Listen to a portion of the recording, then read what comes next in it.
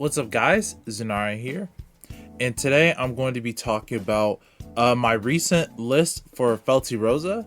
So this past weekend, I went to a locals for the first time ever, and I got 5-0 at our little tournament. It was more just a casual fun tournament, but I've been seeing how much traction people have been looking at my recent post on Twitter, and I kind of wanted to just do a quick deck profile and explain the cards that I played in the deck and why I played them over certain cards. So, yeah, so let's just get it started. So I'm going to do the Rye line first. It's pretty simple. I have one of the FELTYROSA starter. It's pretty simple when wrote upon. If you want second, you can draw a card. Pretty self-explanatory. Every every overdressed starter has this ability, so I only played one of her. Next, I play one of Beautiful Day Off FELTYROSA. So she has two skills. When this unit is wrote upon, so boss one. Choose up to one ghost from your drop zone and put it to your hand. And the second ability is continuous. Vanguard Rigor Circle. During your turn, if you have a ghost in your Rigor Circle, this unit gets power plus 2000.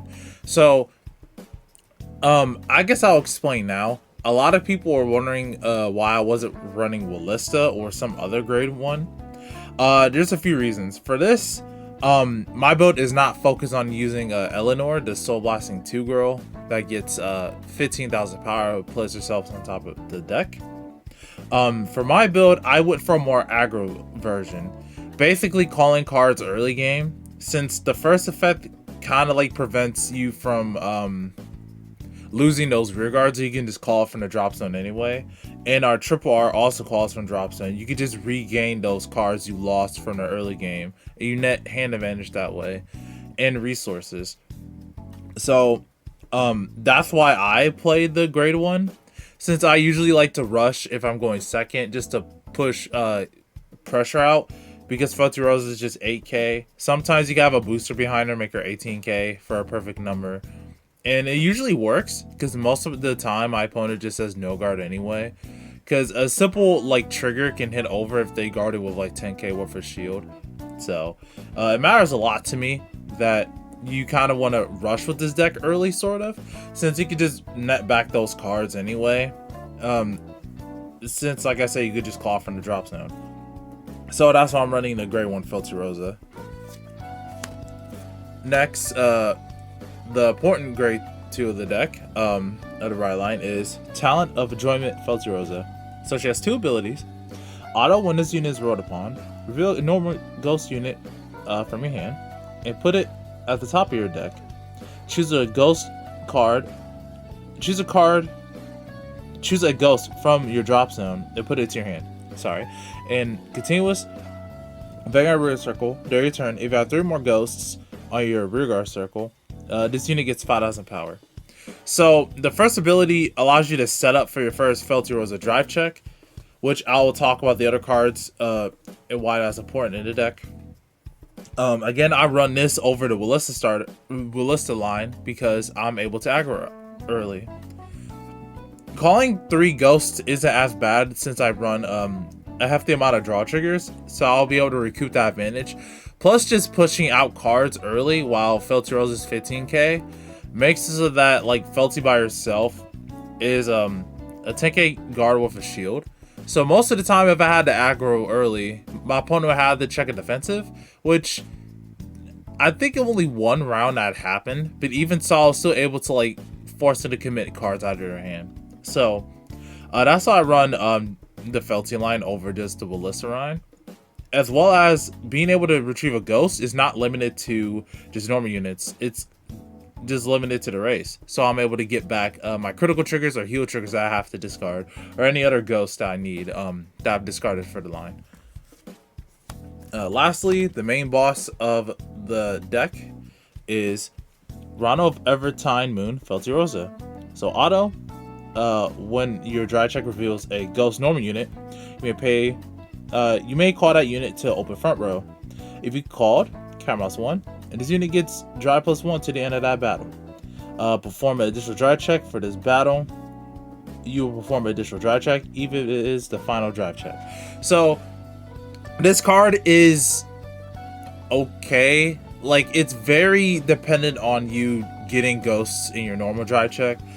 The normal her grade 2 allows you to get your first drive check off pretty easily. After that, it's kind of just luck based for the deck. That's why some people prefer to run Eleanor and Melissa to get that continuous like top deck off. I just didn't, and I mean it worked out for the most part for just the tournament. The thing about FELTYROSA is that you can still call normal unit ghost even if you have no CB, so you can still get your 5 attacks. If you get lucky enough. And yeah, you kind of want to Persona Ride. So if we play other copies of her in the deck, 3 extra copies. So it's important for you to get your Persona Ride, especially in this deck, because you do not make massive numbers and most of your cards do not hit those numbers. So yeah, so that is the ride line. I guess I'll go on to the grade 3s. So first off, the main grade 3 that we have is Caprice of Calculating Star Ingrid. So she has 2 abilities. When this unit is placed on rearguard other than from hand, countercharge 1, and choose one of your other rearguards in this hand columns this unit and stand it. In auto, rear circle. When this unit attacks, this unit gets power plus 5,000 to the end of that battle. At the end of that battle, put this unit on the bottom of your deck. This must be performed. So Ingrid is the biggest beater in the deck that we have. She's also really nice for FELTYROSA to get your counter charge.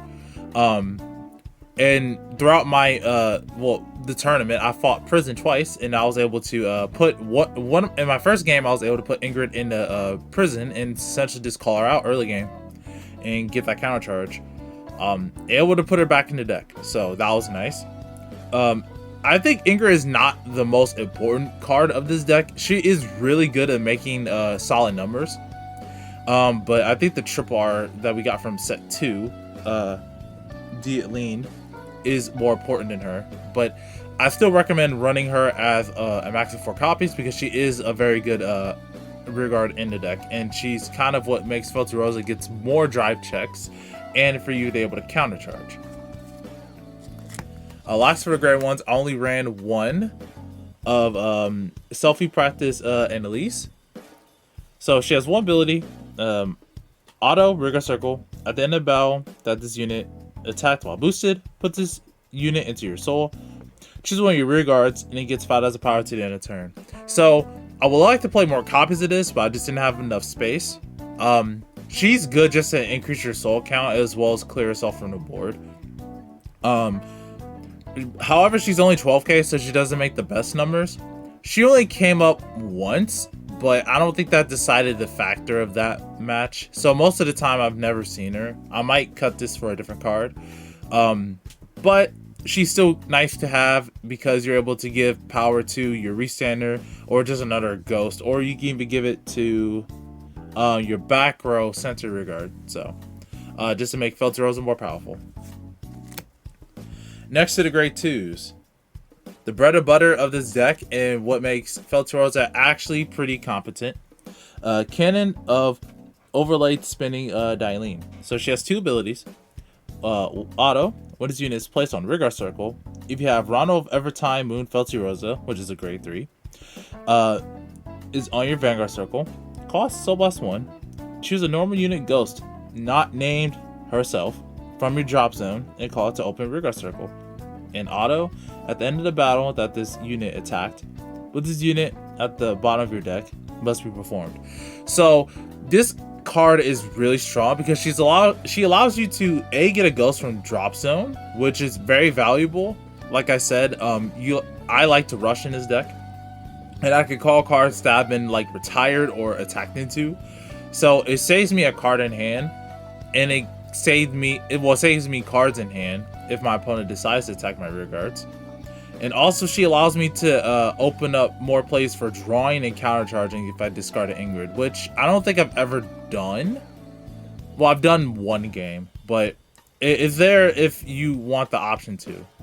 Now, Her second ability, her going to the bottom of the deck, you have to be wary because there are some times where you don't want to use that skill if you just want to intercept for other stuff. There was a game where I didn't want to attack with her early because I had her on Rigard Circle for FELTYROSA, the grade 2, and I ended up losing my power, but it was okay. It didn't really determine that much for that game, but this is by far the most strongest grade 2 and probably the most strongest card in your deck other than like the OT. But she allows you to make so many combo plays, gives you hand of resources, and she clears herself, all just for a 10k. So yeah, so she's the most important grade 2, and I usually try to look for her in my opening hand for my grade 3 turn or to put at the top of my deck. Next, another important grade 2 in the deck, we have hair braiding aspiration Hellwig. So she has one ability, auto. When this unit is placed on Rigard Circle during your battle phase, puts this unit into your soul and draw a card. So there's a couple reasons why I play this at 3. I want to play 4, but I think 3 is perfect. So first off, in the early game, you can call her down and not feel bad of intercepting because we have Dyleen that can just simply call her from the drop zone and draw a card. So if my opponent decides to attack into it, which I think only like a couple opponents did, I can simply just call her from Dyleen and just draw a card. So I saved cards in hand that way. When she's in front of Irene, she makes a 20k lane, so that still hits numbers. Also, when I guard with her, I can still use her later on thanks to Dyleen. Or if I call her from FELTYROSA, she's usually not that strong of an attacker on my first grade 3 turn, so I can just put in her soul, draw a card. So she adds cards to soul, as well as giving me cards to hand, which FELTYROSA minuses a lot just from you removing your front row. So you don't get to keep those units, and you don't have a decent hand size to survive your opponent's turn. So I play her because she allows you just to draw cards and gain cards of soul. Also comes well with Dyleen and FELTYROSA. So those are the only grade 2s I have in the deck. Now onto the grade 1s. We have important staple, Join Graps Inersta. So she has one ability, auto back row Rigard Circle. When your other ghost is placed during your battle phase, stand this unit. So she's like a mini Signet, mini Frog Raider. She's really good to be able to dump your triggers on, especially if you remove a front row ghost, put it at the bottom of your deck, or put it at the top of your deck, and then you can call that ghost to the same one. She has come up in some games just because I was able to put a trigger on her or just clear the front row. But most of the time in an early game, I kind of just use her as an attacker because I know a lot of people remember this card and they will attack into it, so I won't get that restand. But like I said, I have FELTYROSA's line, so I could get her back anyway and save cards in hand. Usually I'll just call her down just to be an annoying attacker on turn 1. And sometimes turn 2 if I have like Irene in the back row. So I'm able to just make a nice 18k column. She's also nice to just hit 18k in face with Irene. So very important card. Makes a lot of good power plays. If you have Annalise, you can put the power on her. She's a 30k restand. So very good card. Speaking of Irene, I play 4 of Eternally Indistinguishable Abide Irene. So she has one ability, auto Rigard Circle. When this unit boosts a normal unit, a ghost normal unit Rigard, this unit gets 2 hours power to the end of battle. At the end of battle, you may put the boosted Rigard on the bottom of your deck.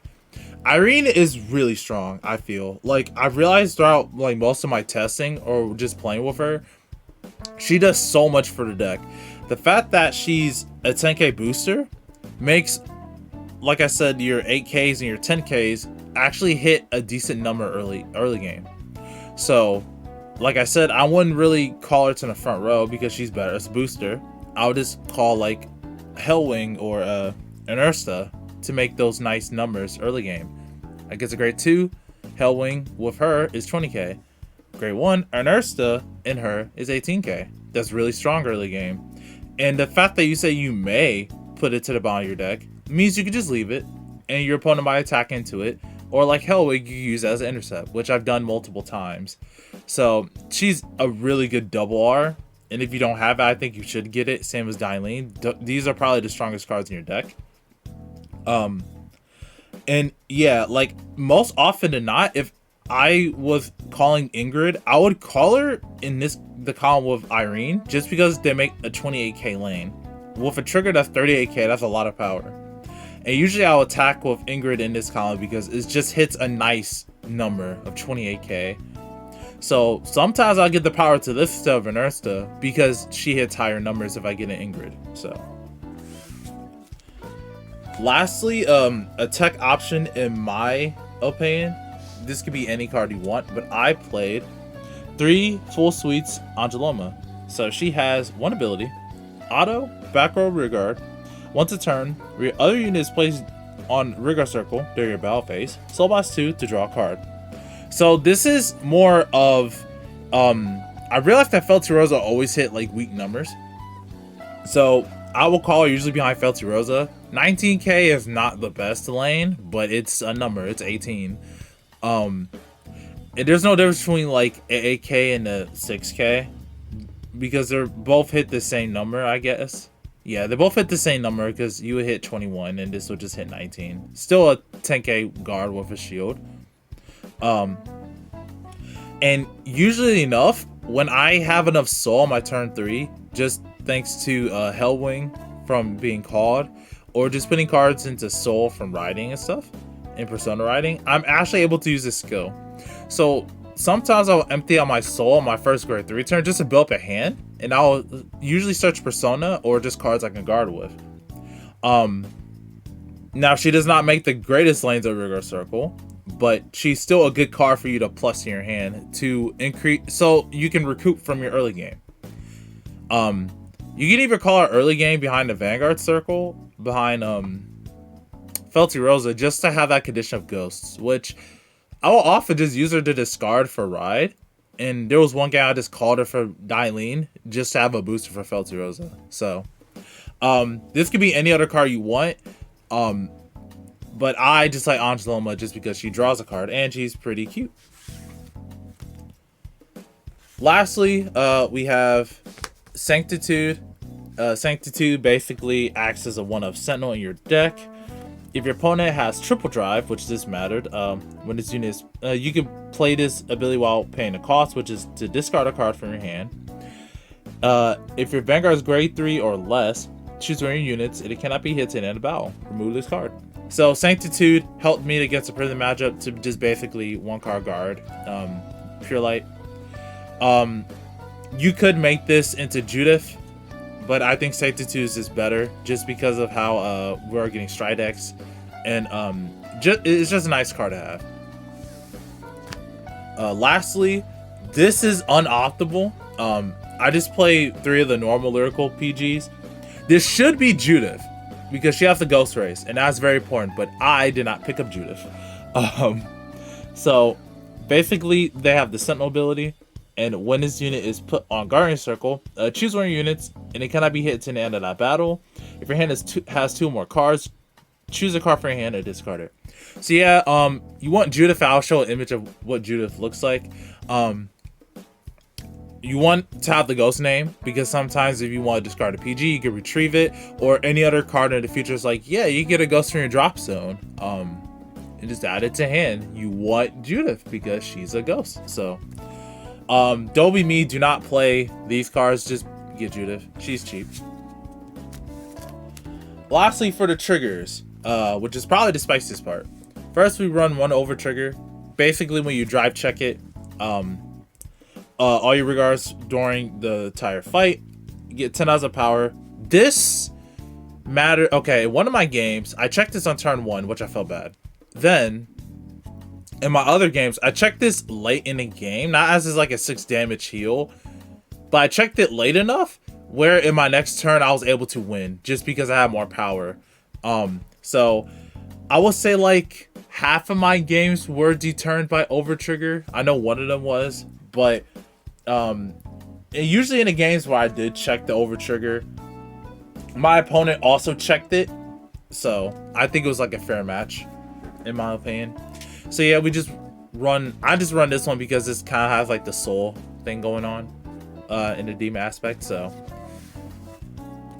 we run that over trigger.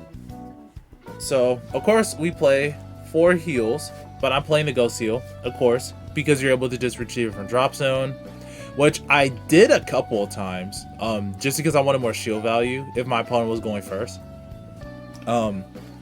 It's nice to just have the ghost triggers, just because you're able to just get them back from your drop zone. So next, probably a very controversial opinion. I'm only running 4 ghost crits. If there was more ghost crits, I think we have more ghost crits. I don't remember, but if we have more ghost crits, I would run them, but not in this deck at the moment. So I only run 4 because everything else is draws. And sometimes I'll check a crit early game, which is really nice. But the thing is, a lot of people fear me getting double crit from FELTYROSA. However, if you check double crit and no like ghosts, it's kind of useless. So you kind of neg your hand once you do that, because you're calling cards early game to rush, and then if you check crit or double trigger near your opponent PGs, you kind of just pass turn, and then it's their turn, and then you can't guard anything. So that's why I just ran 4 of the just ghost triggers. Like I said, like sometimes I hit one early game. There wasn't one of my games against Unica, I hit a 2 to pass. I hit a crit first, and then I hit Ingrid, and I hit a draw, so I was able to hit the 2 to pass. Next, I'm playing 4 Transparent Snowy Night Beauty. So this is a effect draw. She has 1 ability. If your opponent is great or greater, this unit gets 5 as a shield. Came up a lot. Draw trigger. Nice card. I would definitely recommend playing this. Even though it's not a ghost, the effect of just having more shield in hand is just really good. And lastly, the spiciest part of the list, I feel, is 3 ghost PGs from the trial deck. Knowledge of Power Sesukai, I think. So she has the ghost race, obviously, so I'm able to retrieve her drop zone. But the thing is, like I said, on your drive checks with Felty, if you check double trigger, you're not getting any hand size, and you kind of negged yourself. So if you check draw, you get 4 cards in total. Yeah, if you check 2 of this draw, you don't get as much shield, but the 2 extra cards can mean a lot. And a lot of the times I drew Persona, I drew a PG, I drew Dylene, or some other card that helped me survive. Also, the thing about this card, which came up like not during the tournament, but just me playing the deck, I can use this card to rush. So both FELTYROSA doesn't say normal unit ghost, just ghost. So if you just call her in the back row center rigor circle, you make nice numbers, and you easily fulfill that condition of getting 1 ghost. And then the other, in a grade 2 turn, you just call 2 more ghosts, and now you have a 50k Vanguard. It's okay if you call over it, because it's just a draw trigger. You use this for a discard target for your ride line and PG cost. It's a very good card. I think this comes in hollow, but yeah, that is pretty much my list. So in a bit, I'll probably go over basically my main combo that I did, and probably some Liza plays and other cards you could probably play in this deck. So the first 2 pair of cards I'm going to talk about is Decklog and Hellring. So for this combo, is very simple. You simply you want her out of your drop zone, and when she's in the drop zone, when Dylene is placed in your battle phase, you can call her. You can put it into your soul, FELTYROSA's soul, and you can draw a card.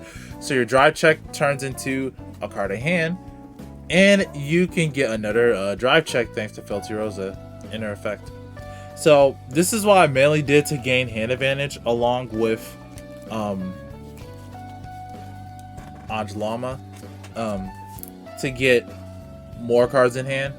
So the focus of the deck was to just rush and to gain hand cards back into hand, which is very important because you neg. Well, you technically neg by just putting your units to the bottom of the deck. And that's why I decided not to play like Irene and Ballista, all those cards, because I can't rush early game if I have those cards in the deck. And Eleanor, while she is a good card and a good beater, she uses 2 soul to be a huge attacker when I can make decent enough numbers already, but also I can draw cards in hand and rush early. Eleanor, I can't really rush early because they will hit it, and I'll have to spend 3 soul to use the combo rather than just, you know, 1 soul and to get another unit. So basically these two is my drawing engine. In my Unica game, my opponent will often retire this in the back row center rearguard circle, which is smart. However, I felt like him retiring my Inersta or Irene would have helped a lot. He just wanted to limit my drawing thanks to this, which is a smart play. But then again, I can always just call it back for this. So retire isn't that much of an issue for this deck. Next, the main beater combo is Irene with Ingrid. So Ingrid gets 5k because of her effect. She's an 18k attacker. And this is a 10k booster. So that is a 28k column.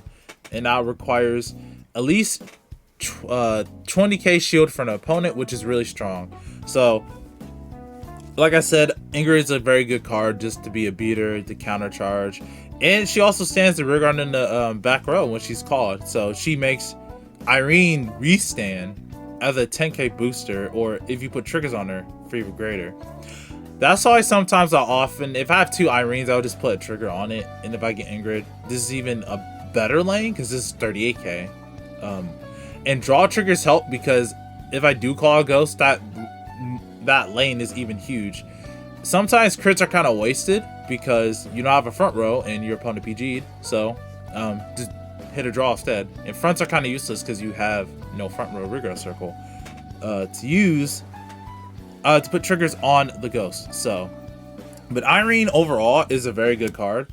Like I said earlier in the deck profile, you can have Inertia in the same lane, and that is a 18k column because she just makes good magic numbers, and you can put it to the bottom of the deck. Sometimes losing her is not bad because, like I said, you can retrieve it later. Irene is a stronger booster. I felt more value getting Irene, saving Irene for later than Inertia just calling down early. And Hellwing is obviously 20k lane. They both hit the same numbers on grade 3, but Hellwing being able to put herself to the bottom of the deck later or just use as an intercept on turn 2 is really strong. Just because, like I said, with the combo with your triple R, you're able to just call it back and get resources to hand and soul and stuff like that. So Irene is a very good card, and you're able to just early aggro in this deck. Now for cards that you could play in this deck. I only have one of the cards with me at the moment because I did not get every card from set 2. But one of the cards you can play in this deck is Little Lady Helmina. So she has 1 skill, auto. When this unit is placed in rearguard circle, if you're on a ghost on rearguard circle, choose one of your rearguards, and it gets 5 as a power to the end of turn. So this card is really good for the early game, or even like the mid and late game, just because she's able to just be on demand, give a rearguard 5k, which you could give to your Dylene column. That's not Ingrid.